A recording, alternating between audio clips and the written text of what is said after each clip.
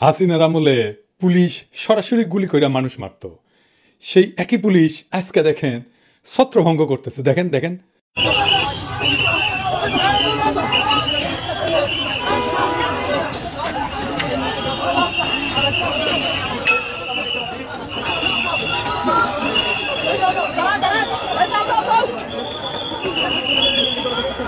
দেখেছেন, কারো শরীর স্পর্শ করতেছে না, খালি সাউন্ড করতেছে। জিন্দেগিতে চিন্তা করেছিলেন হাসিনার জাউরা ঠোলা এইভাবে পুলিশ হয়ে উঠবে? ভাবেন নাই, কিন্তু হয়েছে। পুলিশের দুইজন নেতৃত্বে, খোদাবক্স ভাই আর বাহার ভাই, দুজনেই বাংলাদেশের জনগণের তরফ থেকে আমার সালাম আর কৃতজ্ঞতা গ্রহণ করেন। আপনারা এক অসাধ্য সাধন করছেন। যে পুলিশ সদস্যকে দেখা যাইতেছে এই ভিডিওতে, উনারা আইডেন্টিফাই করেন, প্রমোশন দেন, পুরস্কৃত করেন, জাতির সামনে পরিচয় করায় দেন। এই পুলিশ সদস্যকে জিটি পাবেন, বুকে জড়ায় ধরবেন, না খিলায় ছাড়বেন না, এক কাপ চা হইলে খিলাবেন। এবার আসেন আজকের আলোচনায়। এই যে খেলা হবে, এই স্লোগান তো দিছিল শামীম ওসমান, তাই না? 24 তারিখের পরে আসো খেলবো, খেলা হবে, খেলা হবে। 24 তারিখের পরে খেলা হবে। তুই, তোর খালেদা জিয়া, তোর জামাত, তোর হেফাজত সব নিয়ে আমরা খেলবো। 24 তারিখের পরে খেলা হবে। তো খেলা শুরু হওয়ার আগেই আওয়ামী লীগেরা ভাগলো। সাহস থাকলে দেশে আয় বইলা অতি বীরত্বের সঙ্গে হেলিকপ্টারে পলাইলো তার নেত্রী। তাদের তীর্থভূমি ধানমন্ডি 32 নম্বর জয় বাংলা করে দেওয়ায় ওরা এতিম। এখন ওখানে নতুন বাদ দরকার। দেখেন আমেরিকাত তারা মোদির নামে স্লোগান দেয়, welcome welcome Modiji Modiji, we are for Modiji, we are for Modiji, we support Modiji Modiji, we support মোদিজি মোদিজি। দেখেছেন, শুধু স্লোগান হইলে বুঝতাম যে মুখ ফুসকা ফট করে কয়ে দিছে, তা না, তারা ব্যানারও লিখে আনিছে। তার মানে এটা চিন্তা করে স্লোগান দেওয়া। দেখেছেন, দুনিয়ার কোন রাজনৈতিক দল আছে আর এক দেশের রাজনৈতিক নেতার নামে স্লোগান দেয়? নাই। আওয়ামী লীগ কি বাংলাদেশের দল না? তবে তারা কেন মোদির নামে স্লোগান দেয়? আওয়ামী লীগ কি তাইলে বাংলাদেশের দল তো না? ওরা মোদির নামে স্লোগান দেয়, ওটা ইন্ডিয়ার দল। তো মোদির নামে কেন স্লোগান দেয় সেটা বুঝতে হইলে আপনার ওই হার্পিক মজুমদারের একটা ক্লিপ দেখা লাগবে ইন্ডিয়ান টিভি। অবশ্য উপরি হিসাবে আপনি দেখবেন বাংলাদেশ নামের এই ভূখণ্ডের উপরে, এই রাষ্ট্রের উপরে তাদের এই আওয়ামী লীগারদের কি বিপুল ঘৃণা। আগে শুনেন। প্লিজ প্লিজ একটা কথা আমি আপনাকে অনুরোধ করি, বাঙালির সাথে বাংলাদেশিদেরকে মেলাবেন না। বাঙালির একটা সত্তা রয়েছে, বাঙালির একটা আত্মমর্যাদা রয়েছে, বাংলাদেশিদের কোন আত্মমর্যাদা নাই। দাদা বুঝতে পারছি আপনার বাংলাদেশি বলবেন, আপনি বাঙালি বলবেন না। এদের কোনো জাত নাই, এদের কোনো জাত পরিচয় নাই। এরা নিজের পিতার ঘর ভেঙে ফেলে, এদের কিসের জাত পরিচয়? কিসের জাত পরিচয় এদের? যে তার পিতার ঘর ভেঙে ফেলে, যে তার ঐতিহাসিক স্থান ভেঙে ফেলে, তাদের জাত পরিচয় কি? এরা যেই পাতে খায় সেই পাতে হাগে। আপনি তাদেরকে মুক্তিযুদ্ধের সময় কলকাতা তাদেরকে কি করেছে, ইন্ডিয়া তাদেরকে কি করেছে সব ভুলে গেছে এই বেঈমানের জাত। আমি ঘৃণা বোধ করি যে আমি এই দেশে জন্মেছি, আমি ঘৃণা বোধ করি। আমার কাছে মনে হয় এই দেশকে, মানে এইখানে একটা যুদ্ধ শুরু হয়ে গেছে। এই যুদ্ধে এখন আমাদেরকে স্বাধীন করবার পালা। অস্ত্র হাতে নামতে হবে, এখানে গেরিলা যুদ্ধ করতে হবে, এখানে আমাদেরকে ট্রেনিং নিতে হবে। দেখেছেন, যুদ্ধ করবি, গেরিলা যুদ্ধ করবি। আবার তীর্থভূমি বাঁচাইতে আসলে উনি বুঝলাম ইনি সাহস আছে কি আছে আর জীবনে, মরে গেলে আড্ডি ছিঁড়ে গেলে তা না আসলে উনি না, তা আসলেও না কে? কারণ ওই হ্যাডমটা নাই, কখনো ছিল না। 1971-ও হ্যাডম ছিল না, ইন্ডিয়ারে বাপ ডেকে নিয়ে এসেছিল। এখন ইন্ডিয়ারে বাপই ডাকা লাগে। ওই প্রোগ্রামের অ্যাঙ্কার আবার বলে কি 1971-এর মতো ইন্ডিয়াকে সাহায্য করতে হবে। শুনেন, কিন্তু এবার কি তাহলে আবার ভারতের কাছে সাহায্য চাওয়ার দিন এগিয়ে এসেছে? কারণ এই মুহূর্তে দাঁড়িয়ে স্বাধীন দেশ যদি কোনোভাবে সাহায্য না চায়, তাহলে একটা দেশ আরেকটা দেশের রাজনীতিতে গিয়ে সরাসরি নাক গলাতে পারে না। বাপরে, আমেরিকা থেকে 5 হাত লাথি দিয়ে ডান্ডে বেরিয়ে পরে ব্যাটে দিছে, আর ওই বাংলাদেশে আওয়ামী লীগের আবার ক্ষমতাত বসে দিবি। ওরে বাবা, গোয়াত নাই চাম, রাধাকৃষ্ণের নাম। তার মানে আওয়ামী লীগ আর এইসব থার্ড ক্লাস ইন্ডিয়ান চ্যানেল চায় বাংলাদেশের সামরিক হস্তক্ষেপ করে ইন্ডিয়া আবার হাসিনার হারানো রাজ্য উদ্ধার করে দিই। এই জন্যই আমেরিকাত মোদির নামে স্লোগান দিছে। আবার দেখান রিটা সাহেব, welcome welcome Modiji Modiji, we are for Modiji, we are for Modiji, we are for Sheikh Hasina, we are for Sheikh Hasina, we support Modiji Modiji, we support Modiji Modiji, we support মোদিজি মোদিজি। আবার দেখেন সে কয় আমাদের নাকি লজ্জা নাই। হার্পিক মজুমদার কয় আমাদের কোনো লজ্জা বোধ নেই, কিচ্ছু নেই। আমরা আমাদের মহামনীষীদেরকে ঠিক এভাবে ট্রিট করি। মাত্র 6 মাস আগে পাখির মতো গুলি করে বাচ্চা বাচ্চা ছেলে মেয়েগুলোকে মাইরা ফেলাইলো, হেলিকপ্টার থেকে গুলি করলো। ব্লক রেট দিয়ে তুলে নিয়ে গেল, জাতিসংঘের রিপোর্ট আসলো, এর চাইতে বড় আন্তর্জাতিক প্রমাণ আর কি হইতে পারে? তা ওদের লজ্জা নাই, বিন্দু মাত্র অনুশোচনা নাই, আবার উল্টে আমাদেরকে বলে লজ্জা নাই। কেমন জাউরা দেখেন। এইসব জাউরাদের জন্য গণতান্ত্রিক অধিকার চায় আবার অনেকে। ফ্যাসিস্টদের গণতান্ত্রিক অধিকার বা প্রোটেকশন দেওয়া হচ্ছে আর একটা সুশীল জাউরামো। একটা কথা আমাদের পরিষ্কার করে বোঝা উচিত, বাংলাদেশ রাষ্ট্রের ফ্যাসিজম বিচার করার আইন নাই। গণতন্ত্র সুশীলতা দিয়া আপনি ফ্যাসিজম ডিল করতে গেলে আপনি পরাজিত হবেন, লিখে রাখেন। আপনি মরিছেন, ফ্যাসিস্টের সাথে সুশীলতা করতে গেলে মরিছেন। আওয়ামী লীগ কি সেটা আপনারা দেখা, এটা ছোট ক্লিপ দেয়া।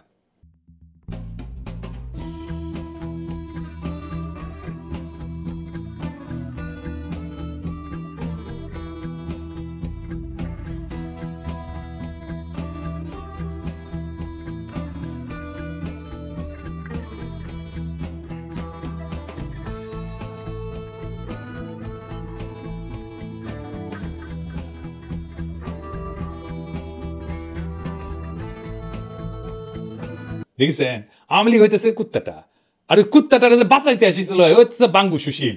মারা খাবি ওই, আওয়ামী লীগের হাতেই মারা খাবি ওই।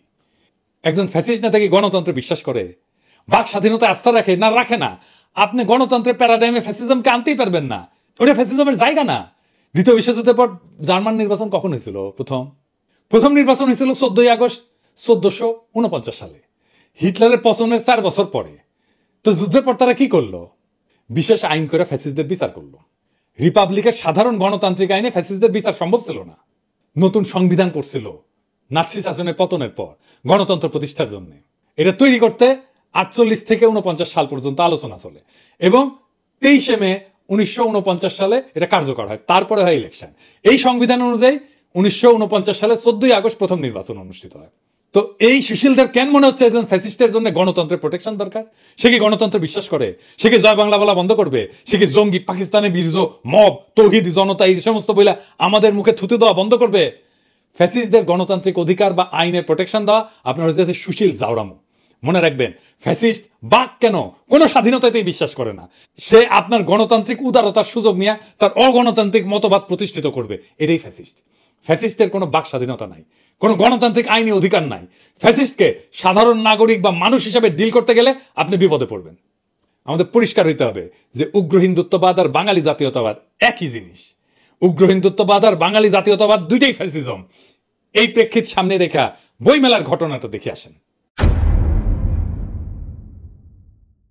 এদের সব্যসাচীর টল দিল। সব্যসাচীর স্টল দেওয়া তো দূরস্থান, মুক্তভাবে ঘোরাফেরা করে কিভাবে ওই আমার বুঝে আসে না। তারপর কয়েকজন ছেলে সঙ্গত কারণে ভদ্র ভাষায় জবাবদিহি দাবি যখন করলো, সেই বাচ্চাদের চর মানলো, জয় বাংলা স্লোগান দিল, সামনে এই সাহস করতে আসছে। কারণ সে জানে বাংলাদেশের বাঙ্গু সুশীল জাউরাদের বাম্পার ফলন হয়েছে। সে জানে ইন্ডিয়ান মিডিয়ার প্রোটেকশন পাবে। সে জানে ইন্ডিয়ার দালাল বাঙ্গু সুশীলেরা আত্মগ্লানিতেই মরে যাবে এই ঘটনায়। গণতন্ত্র আর বাক স্বাধীনতার কথা বললে তাদের বিচি কান্দে উঠে যায়। আবার বলতেছি, গণতান্ত্রিক আইনে ফ্যাসিজম ডিল করা যায় না। তাহলে তো ফ্যাসিজম সরাইতে বিপ্লব লাগতো না, সুমা দিয়ে হারমোনিয়াম বাজায় সরাই দিতে পারতেন, ইলেকশন করে সরাই দিতে পারতেন, এত রক্ত তো দেওয়া লাগতো না। ফ্যাসিস্ট একটাই ভাষা বোঝে, তাই হইতেছে মাইরের ভাষা। ওদের সাথে এই ভাষায় কথা বলতে হবে। সেই ভাষায় কথা বলছি আমরা 32 নম্বরে, দরকার হলে আবারও বলবো। এই যে কথা কামাল আমাকে নিয়ে কইছে আমি কেন দেশে আসি না। হ্যাঁ শুনান, আমি কথা পাচ্ছি যদি আমি মানে পিনাকি অথবা মানে অন্য যারা আছে বিদেশি ওদের নিয়ে কথা বলতে তোমাকে স্বাচ্ছন্দ্য বোধ করি না। কারণ আমার কাছে মনে হয় যে ওনারা যদি প্রকৃতই দেশপ্রেমিক হতেন তাহলে তারা দেশে এসে কথা বলতেন। দূরের থেকে অনেক কিছু বলা যাক, দেশে আসছে না কেন ওনারা? কথা কামাল আসবো এত তলা হইলে চলবে? আমার আগে দেশ ছাড়িয়েছেন তারেক রহমান, উনি না ফিরলে আমি কেমনে ফিরি? আগে বেদ্যবি হয়ে যাবে না?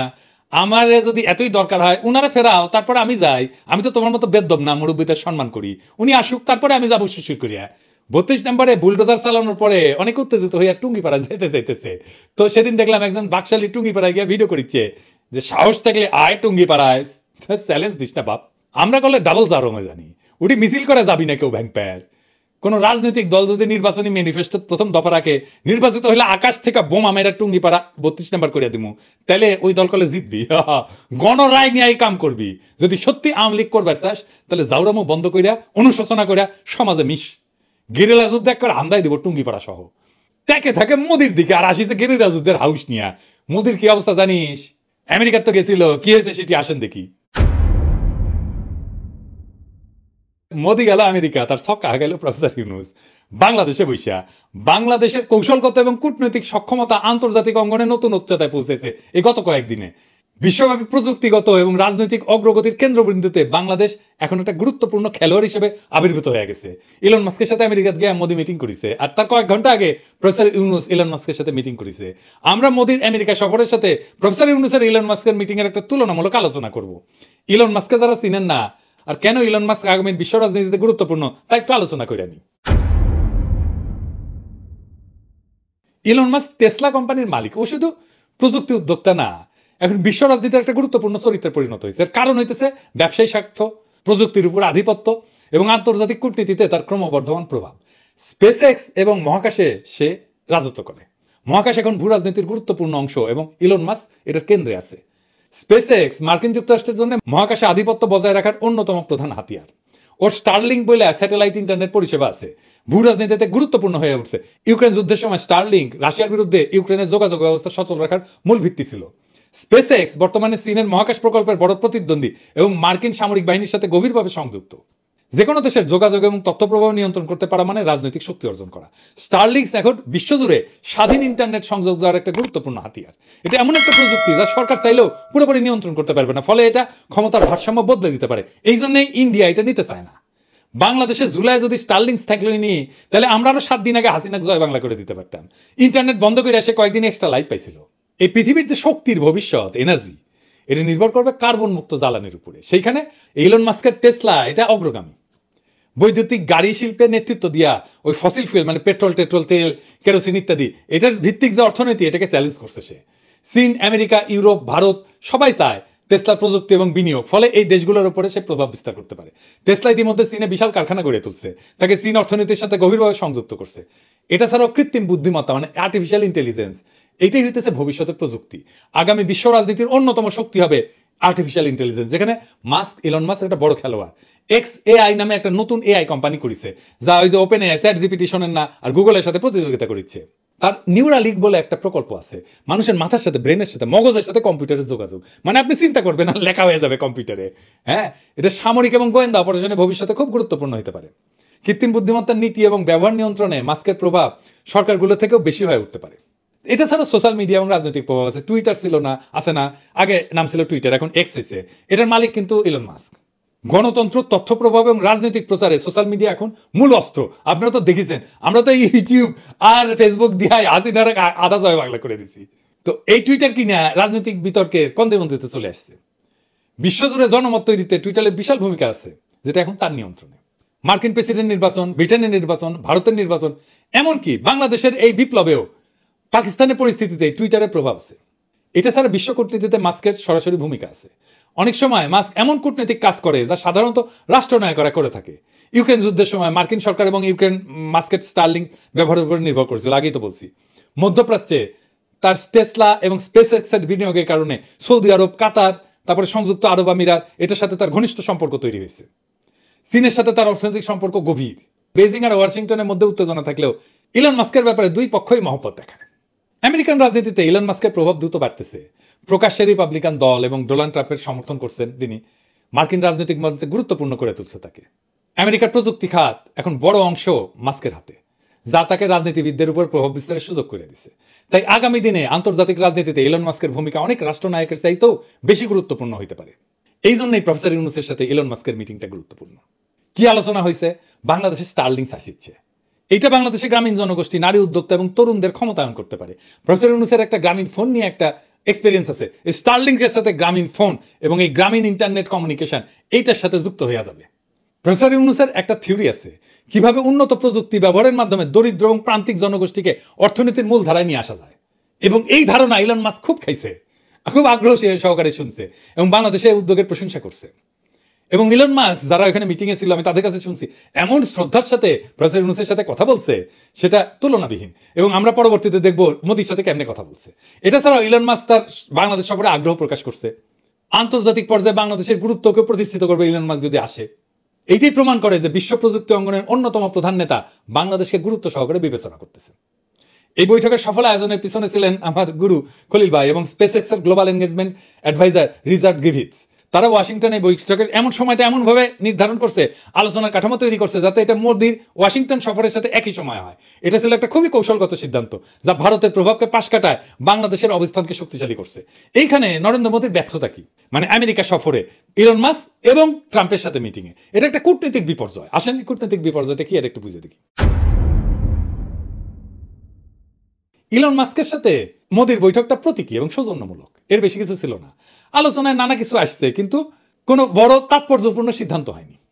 ভারতের চূড়ান্ত সিদ্ধান্তহীনতা এবং দফায় দফায় বাধার কারণে স্টারলিংসে ভারতে প্রবেশ অনিশ্চিত, যাচ্ছে না।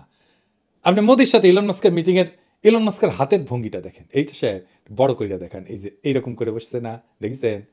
এই যে ভঙ্গি, এটা পাওয়ার আর কন্ট্রোল। তার মানে ওই মিটিংয়ের মাস্টার ইলন মাস্ক। সব পাওয়ারফুল মানুষ অবচেতনে এইভাবে হাতের ভঙ্গি করে আরেকজনের সাথে কথা বলার টাইমে। আপনি যখন পাওয়ারফুল হবেন তখন দেখবেন আপনার হাতে হয়ে গেছে। আমরা কয়েকটা নেতার ক্ষেত্রে দেখি, এই যে স্যার এরদোগান দেখেছেন, অ্যাঙ্গেলা মার্কেল, এমনকি হিটলার দেখেছেন, এক্সট্রিমলি পাওয়ারফুল নেতা। ট্রাম্প, তাহলে বুঝেছেন ওই মিটিংয়ের মাস্টারকে।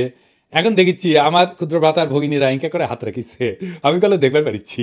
যাই হোক, টেস্ট করিচ্ছে ক্যাঙ্কা হবে পাওয়ারফুল এলে এসে। আমরা টেসলা ফ্যাক্টরি বাংলাদেশে আনতে বলবো।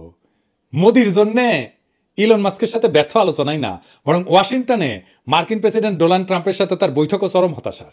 মোদি চাইছিল ভারতীয় পণ্যের জন্য শুল্ক ছাড় এবং মার্কিন পণ্যের জন্য ভারতের শুল্ক কমানো। হ্যাঁ, কিন্তু ট্রাম্প ভারতীয় পণ্যের উপরে নতুন করে শুল্ক আরোপের সিদ্ধান্ত ঘোষণা করছে। এটা মোদির জন্য বড় ধাক্কা। মোদি চাইছিল বাংলাদেশকে নিয়ে নেতিবাচক প্রচারণা চালাইতে, কিন্তু ট্রাম্প স্পষ্টত বিষয়টা এড়ায় গেছে। এটা প্রমাণ করে যে বাংলাদেশ বিরোধী প্রচারণা আর আগের মতো আমেরিকান সমর্থন পাচ্ছে না। আর একটা গুরুত্বপূর্ণ ব্যাপার ঘটছে, চীন প্রসঙ্গে নীরবতা। মোদি আশা করছিল যে ট্রাম্প চীনের বিরুদ্ধে কঠোর মন্তব্য করবে, যা ভারতের জন্য কৌশলগত সুবিধা দেবে, কিন্তু ট্রাম্প একবারও চীনের বিরুদ্ধে কোনো কথা বলেনি, যা ভারতের ইন্দো প্যাসিফিক নীতির জন্য একটা বড় ধাক্কা এবং মোদির জন্য একটা অপমানজনক কূটনৈতিক আচরণ ছিল। মানে মোদি যতবার গেছে মার্কিন রাষ্ট্রপতি আগায় যায় তাকে নিয়ে আসছে, এটা কিন্তু কূটনীতিতে একটা বড় জিনিস। রাষ্ট্রপতি আগায় যায় তার ভিতরে নিয়ে আসবে। মোদির সফরের সময় তার জন্য আনুষ্ঠানিক অভ্যর্থনা দেওয়া হয়নি, আগে দেওয়া হয়েছে। ফলে ট্রাম্প প্রশাসনে প্রধান দরজা দিয়ে না, পাশের প্রবেশদ্বার দিয়ে প্রবেশ করছে, যার প্রতীক অর্থে একটা কূটনৈতিক অবমাননা এবং পরাজয়।